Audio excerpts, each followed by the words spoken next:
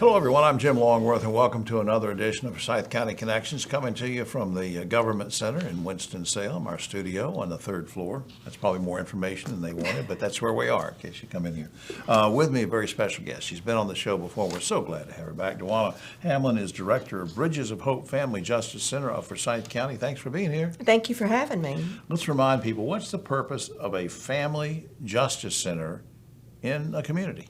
Well, the purpose of a Family Justice Center is first and foremost to decrease homicides, to increase victim safety, to increase offender accountability, to facilitate institutional and organizational change, and make it easier for folks to find services and connect to them. Yeah, now I assume you have some partner agencies that you work with on this at the center. Yes. Give me an example of that. Oh, there's a number of them. We have the Children's Law Center, Legal Aid, Family Services, Next Step Ministries, the Parenting Path. Those are the Experiment in Self-Reliance. Those are some of the local nonprofits. We also partner with state agencies like the Office of the Clerk of Court, the District Attorney's Office, the Magistrate's Office, North Carolina Department of Adult Correction.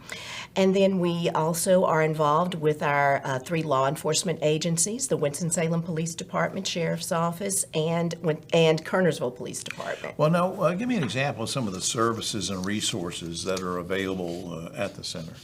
Well, one of the highlights of the center is for people that are seeking relief, civil relief. They can come to Bridges to Hope Family Justice Center, and they can complete their legal documents for an emergency ex parte domestic violence protective order, and have their hearing with the district court judge on site. So just as an example, someone, let's say there's a wife who's being beaten in the house, and there's domestic abuse, she can go and get help from you. Yes, she can. All right. And this extends to children who might be abused. But a child, we didn't rehearse this or anything, but I mean a child, let's say a 9-year-old child can't just walk down the street or catch a bus and come and see. I mean, of course, they would come with a parent. Okay. Yes. All right. You got to have an advocate there. Well, that brings me to this. How do people access the center? Where exactly is it? Let's remind people. Well, we are located at 725 North Highland Avenue on the Health and Human Services campus. We're in Annex 1, next door to DSS. Our service hours are Monday through Friday, 8:30 to 4:30. All right. What would you want people to know before they come to the center, if they're there coming for help? I know emergencies are stressful times and we're not always thinking clear, but what would you want? What one or two things would you want them to think about? Well, there are a few things. I think one of the first things is to know they're going to be met with kindness and compassion. We have staff and partner agencies that understand trauma-informed care and what that looks like. We also want people to know they're going to get information to be empowered to make informed decisions, fact-based decisions, and then finally to spend and prepare for the better part of a day to be with us, especially if they're applying for the protective order and have their hearing the same day. Right. It's a lot to take in. A safe space to be with you and your team. I just think that's so important. Now, how can people get more information on just a day-to-day basis to find out maybe before they make that step to get in touch with you? They can contact us by phone at 336-776-3255. I'm going to write this down. I'm a slow writer. Say it again. 336-776-3255. Okay. They can come to the center. An appointment is not needed, but the earlier they get there in the day, the more connections that they can make. And then finally, they can go to our website at forsyth.cc/bridges to hope. All right. We have a few seconds left. I'm just wondering, do you have a sense of, and I know sounds like I'm asking you a self-serving question or that I want you to brag on yourself or something, but do you have a sense that you and your team are making a difference? Absolutely, because part of it is the direct services that we offer for our clients. It is the collaboration between partner agencies that are on site and off site. And then there is the aspiration to greater change within a community so that people feel safer. Absolutely. Well, I just tell you, Dwan, I appreciate everything that you and your team are doing. It's just such important work, and knowing that people know that you're there to backstop them and have their back. Thank you so much for having me in Domestic Violence Awareness Month, which is the full month of October. Yeah, important. Always good to remind people about these things. Thank you so much. We'll be right back. You don't have time to attend every government meeting in Forsyth County. Subscribe to the Forsyth County newsletter. Available the first day of the month, the Forsyth County News arrives in email with articles, videos, and links to information and programs that matter to you. See updates from county commissioners, hear from the county manager, see quick videos of programs and activities, plus a look ahead. Stay up to date. Elections, tax office, air quality, parks, deeds, and more. Forsyth.cc/newsletter. Subscribe today. Back now for Forsyth County Connections, we welcome a good friend to the show. Kirsten Reel is Children's Library Supervisor for the Forsyth County Central Library. Good to have you back. Thank you for having me back. Always a pleasure. You have, according to an email you sent me one day, you have an early literacy workshop coming up. So I want to know what that is and who's it for and when is it, and give me all the particulars. Love to. So on Saturday, October 18th from 2 to 4, it's going to be at the Central Library. We're going to have a space for the children in the auditorium to be entertained while the parents actually come to the children's room and get a workshop from me and a couple of the other librarians to talk about what early literacy is. What does it mean? It sounds like this big mythical word. Yeah, it's kind of scary. It is. It sounds scary, but it's really not. It's the way we get children prepared and ready to read. Okay. So it's the steps we take, the milestones that we take to get them ready. Give me a tip or something you would share with parents coming up at this event. What would be something you would want them to know in helping the child to get ready to read? Well, first of all, I would tell them that they're already doing a lot of this stuff already at home. They just don't realize that it has a purpose. It's like when you're rocking your baby and you're singing a lullaby to your baby. Okay. It's creating sounds that lengthen out a word so that those individual sounds can be heard by the child. And those individual sounds will later turn into the individual sounds that create a word that they can then recognize as their vocabulary is built. And then that vocabulary leads to, well, I recognize this word. Now I see this word written out. Isn't that neat? I can make the connection. So it's all connected. And again, it's stuff that parents are already doing with their child. They just don't realize it serves a purpose. My dad used to use a lot of words, but we can't really go into that. Yeah, Jeff knows what I'm talking about with it. All right, now tell me about the principles and practices of early literacy. So it goes back into what I was just talking about singing to your baby. So the principles are those milestones. It's things like phonetics, phonological awareness, vocabulary, reading comprehension, all those big words that sound scary, but aren't. It's the things we need to be able to read. Then the practices are how we create those principles. So it's things like reading, singing, writing, talking, playing that you're doing and how you do it purposefully to build up those principles. Absolutely. I just think that's neat. Now, all right, let me circle back on something here. If you have an event where you're going to help parents and you're going to teach them some things they need to know about this, give me an example of a resource they might take away with them, either physically or intangibly or whatever, they might take away with them that they can use. Or maybe it's a physical resource, I don't know. Well, we do have some physical resources. Obviously, we have a lot of books. But we do have online resources, and we're inviting community partners in to talk about their organizations and what their organizations can do for parents. So we have Smart Start, Head Start, we have Imprints Cares. These are all organizations that are created to support early learning and all of the different aspects of early learning. So people who come to the workshop are going to learn all about these community resources. They're going to learn what our online resources are. For example, we have Tumble Books Library that if you have a library card, you can go onto our website and they can have read-along books. So Can I get a library card online? No. You have to do that in person. You have to do that in person, That's unfortunately. Okay. But you know what? I like to think that our faces are gorgeous and you'll want to come see us. Absolutely. But I used to have a library card at the Central Library, so I was a supporter of that. Now, is there a fee for attending the workshop? There is not. It's completely free. And childcare is available for the first 40 kids that are between the ages of 3 and 6. Okay. So we have a couple of librarians who are going to set up a pre-K exploration play day. So it's also going to be purposeful for those kids who are going to be Right. learning while the parents are learning. But we are, again, limited on how many we can accommodate during that time. If they want to bring younger kids, that's totally fine, but we ask that a caregiver come with them to Right. watch them. Right, absolutely. All right, I'll put you on the spot again. We've done this before. Give me one of your favorite children's books when you were a little girl. Oh, goodness. Okay. Well, the first book that I ever read on my own, which is still one of my favorites, is Lassie. Lassie. Lassie the Come original Home. Lassie. Isn't that Yes, neat? that was my first Okay. book that I ever read on my own, and I loved it. That's great. You're so sweet. Thanks for all this stuff you're doing and getting the kids ready. It's so important.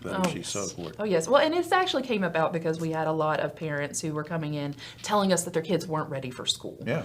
And this is a way that we can help parents prepare their kids. Absolutely. Kirsten Real, thanks. All right, thanks. We'll be right back. Positive praise is at the heart of each parenting strategy from Boys Town. Visit boystown.org/praise to receive your 10 Ways to Praise magnet. It's a great reminder to catch them being good, and that great parenting advice is just a click away. Back now on Forsyth County Connections, we have a return visitor to the show. We're so glad she could spend a few minutes with us today. Shannon Maloney is Senior Environmental Health Specialist for the Forsyth County Health Department. Welcome back. Thank you. Thanks for having me again. What is the Food Safety Forum that you emailed me about? What is Yeah. that all about? So the Food Safety Forum is an event that Environmental Health hosts. Basically what it is to give outreach and information to the public who are interested in food safety. So we ask the public to come, we ask operators of restaurants to come and just talk about what we expect when we go out into the field and making sure that we're protecting the public both ways, whether it be regulatory or operators. Yeah, because I mean, you go into a restaurant and you'll see a certain grade that they might have, but maybe that doesn't tell the whole story, and that's why you need education. Yeah, and so one thing that we like to say is that everyone is a person in charge, a manager, an operator. They are like the subject matter experts, right? Because we're in there maybe 4 times a year, depending on the place, but they're there every day, so they know how things run and they know what to do. And the Food Safety Forum is also open to people who are interested in maybe opening a restaurant. Oh, okay. Yeah, and like protecting, the businesses and trying to learn the fundamentals of starting and what to expect. Now say again, now when is it and where is it? Yeah, so we have 2. The Spanish section and the Spanish version is going to be November 10th. It's going to be at the Health Department, and it's from 9 to 11. And then the English version, or the other version, is November 17th, and that's from 9 to 11 at the Health Department as well. All right, Shannon, give me an example of something people can learn at this forum. Just give me off the top of your head, what's something I might learn there? So one of the things that we did, because we've gotten a little bit of feedback from the food safety forums in the past, is we started doing hands-on activities. So we actually do scenarios of what we see at restaurants, and we ask people what they would do in those areas or Like scenarios. what? Like what? So if someone's washing their hands improperly and then they go straight to touching like raw chicken and then straight to vegetables or making a salad, that can easily make someone sick. Right. So we want to take a step back and say, okay, how would you handle this as a manager? Or now you see what we are seeing as well, how can we fix this pattern? Yeah. But food safety overall is just such an important topic for everybody. I don't care if it's for an individual or a restaurant or going to the fair or whatever, right? Yeah, so we actually just are at the Carolina Classic Fair right now, and we are permitting the food vendors out there, having a busy day, but it's always fun to go out there. That's right. Now, the holidays are upon us, and we're talking Thanksgiving and Christmas. We're sort of just around the corner from everything. And as it so happens, as we all know, you'll have family get-togethers, sometimes you'll have parties, and people will inevitably bring things. Oh, well, Sally's bringing a turkey casserole, and Dave is bringing a green bean casserole, whatever. Now, is there anything that people should be on the lookout for if I'm going to a party like that, knowing that people are bringing lots of things from different households? Yeah, so just a reminder that food safety should be in the back of your mind when you're handling food at your house. You can look at different tips and tricks and things. We have posters and educational material on our website as well. And we do post those during holiday season to remind you, check temperatures, wash your hands frequently, make sure that no one's sick when they're handling food, things along Yeah, those and I've heard lines. things like, depending on the weather, of course, this goes back from the holidays back to summer, let's say, they'll say, well, whatever you do, don't eat any mayonnaise that's been left out, in the picnic in the hot sun for 4 hours. Is that just a myth, or are those things you need to know? So there are some things, it's so broad, and we have things that are called TCS foods, and these are things that we look for to make sure that things aren't being held properly and things aren't going to make you sick. Right. So some are shelf stable, and others are, things like raw chicken or, turkeys, things along those lines that can have the potential to make you a little more sick. And we didn't rehearse this either, but we have a few seconds left. Leftovers, Yeah. that's a whole different thing, right? Mm-hmm. Yeah, so we actually go through the food code, and our food code is a couple hundred pages of just raw facts of food safety. So it's not like we go and just pick out little things, right? Yeah. There's a lot of science and a lot of interesting material behind what we have to look for. All right, now, where can people go to get more basic information about this? Yeah, so you can go to the forsyth.cc website, and then our environmental health tab is going to be on the front page. And then there's also a tab that says Food Safety Forum, where the flyer and all the information is. All right. Well, if you ever bring anything to my house, my wife and I will, make sure it's, we'll check it out first. Make sure it's There's safe and leftovers everything. up too, right? No, I know it'll be good. Shannon Maloney, thanks for doing this, and seriously, thanks for all you're doing to put out the information that we need. Thank you. We appreciate it. We'll be right back after this. There's a place to share gossip about the office party fun, and a place to share the story you tell everyone. There's a place to share a laugh about when things went wrong, and a place to share the video of you dancing to your song. There's a place to share spare change, lunch, and your time. But we could all be better at sharing how we're feeling inside. 76% of employees have struggled with at least one issue that affected their mental health. When you share, you're not alone. Back now on Forsyth County Connections, we have a returning visitor to the show. This whole show, we have a lot of returning visitors, so they must like coming. You must like coming here. We Yeah. do. I do. Well, they're saying that now because we're taping.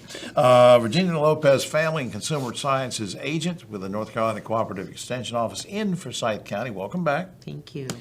People, now I know when you look at me, I'm in my 70s, so I've been around for a long time. People used to can all sorts of foods at home. It was just a normal thing. Mm-hmm.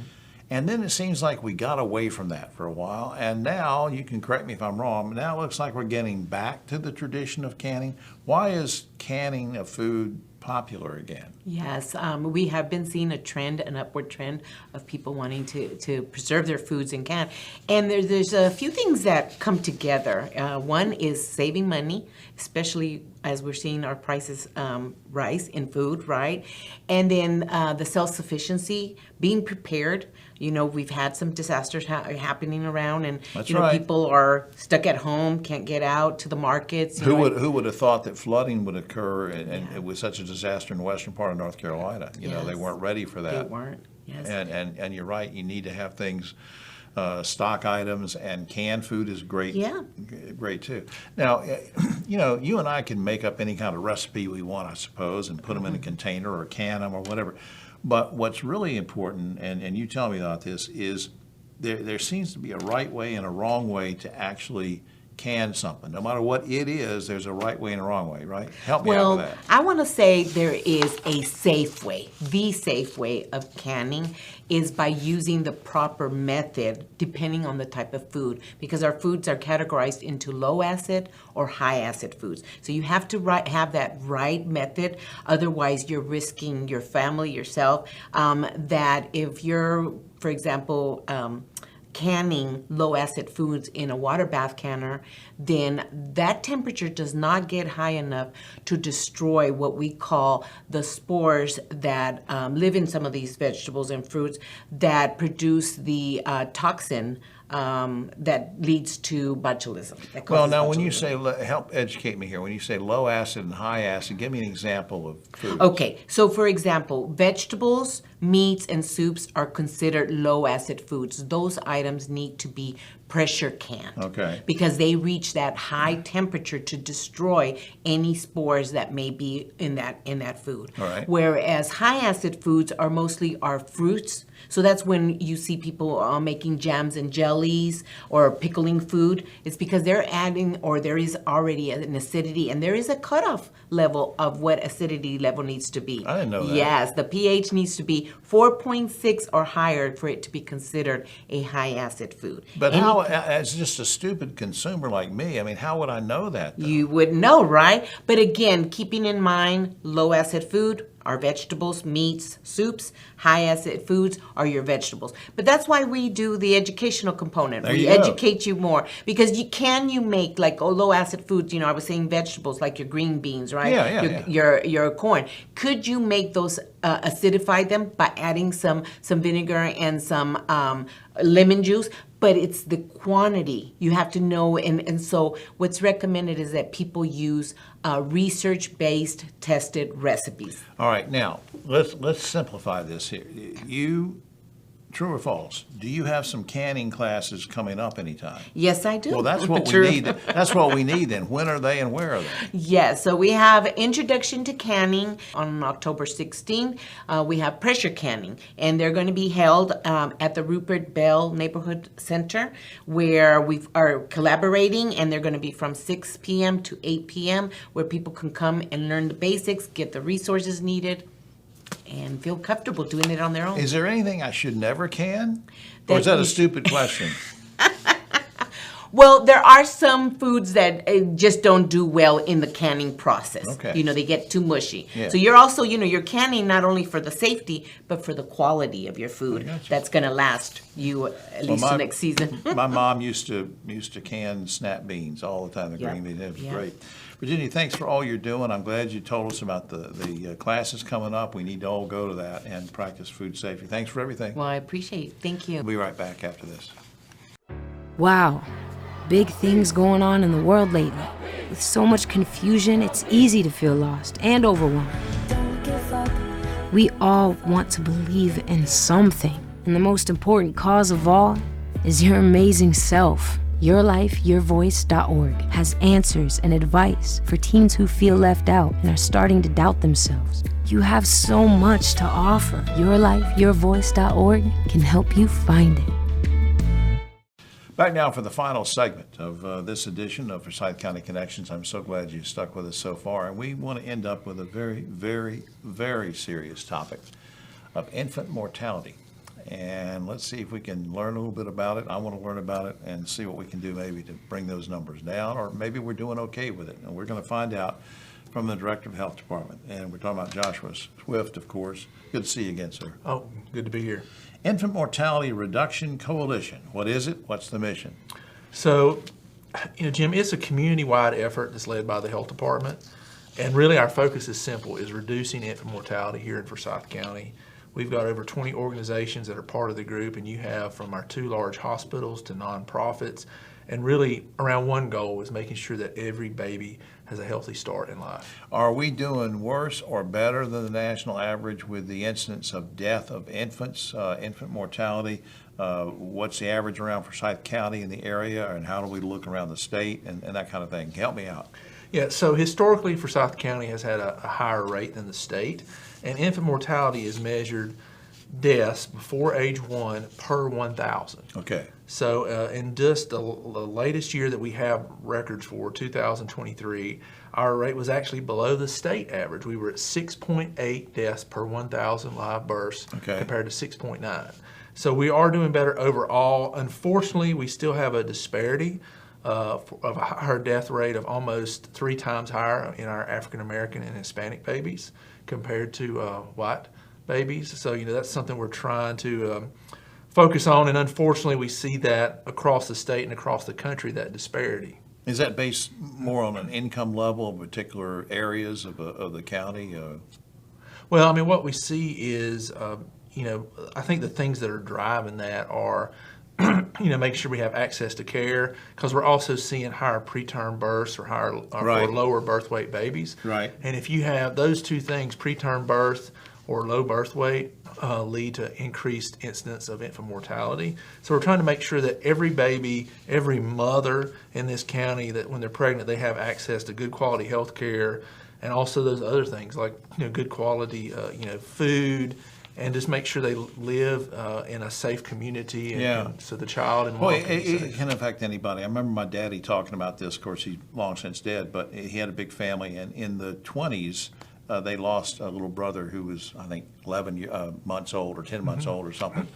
I guess they didn't talk about it that much back then. It's good for us to talk about it now, and I want to ask you about a special event that you held recently that's maybe going to help people talk about it more, learn about it more. What was that? So we had every September, because September is Infant Mortality Awareness Month, we have a walk a mile to save our babies. And we just had that a few weeks ago. And it happens, like I said, every September. We do it downtown Winston-Salem, and it's really very moving. We have a stroller for each baby that passed away before they made their first birthday, and we push those downtown, and we have families share their stories. And this year we had a family, the McDermott family. They had a very moving story where they had been trying to have children for some time. They finally had twins, but one of the twins died at 43 days old. Oh, my. But the other twin is happy and healthy. But they shared their story, and then we have our website, helpourbabies.org, where you can find out information about our Infant Mortality Reduction Coalition, the work we're doing. You can see the McDermott story and just learn how you can help. Give me an example of a tip that you could give somebody. Maybe you did this during the event, or that you do through your office. Maybe one thing that comes to mind that you can tell expectant parents that they should be thinking about doing. Well, I think the best thing to share is we have the ABCs of safe sleep. And we did a promotion. We worked with the communications department here at the county to push this message out, but it's ABC. Make sure your baby is alone in a crib when they're sleeping. So, trying to discourage co-sleeping where the baby sleeps with the parents. So alone, on their back, and in that crib. Okay. So those ABCs, alone, on their back, and in the crib. So those things right there, those 3 things right there can keep your baby safe and sound. Yeah, I've seen these little supposedly cute videos about a big dog sleeping in a crib with a baby. Don't do that. No. I mean, we just use some common sense. But I tell you what, Joshua, I appreciate you having events like this, hearing those stories and helping with the awareness.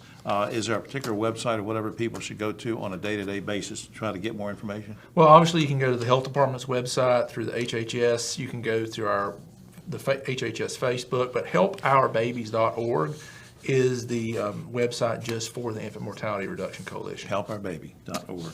Joshua Swift, you do such a great job. Thanks for you and your team, what you're doing. Yeah, thank you. And This half hour, lots of good information today. I'm so glad everybody stuck with us. I wanted to thank, of course, Ed McNeil and Jeff Fabrizio, who keep this show going and putting it together and producing it, and a nod to our county manager, Chantel Robinson, for overseeing everything. All of them doing a great job, as does Joshua Swift. We'll see you on the next edition of Forsyth County Connections.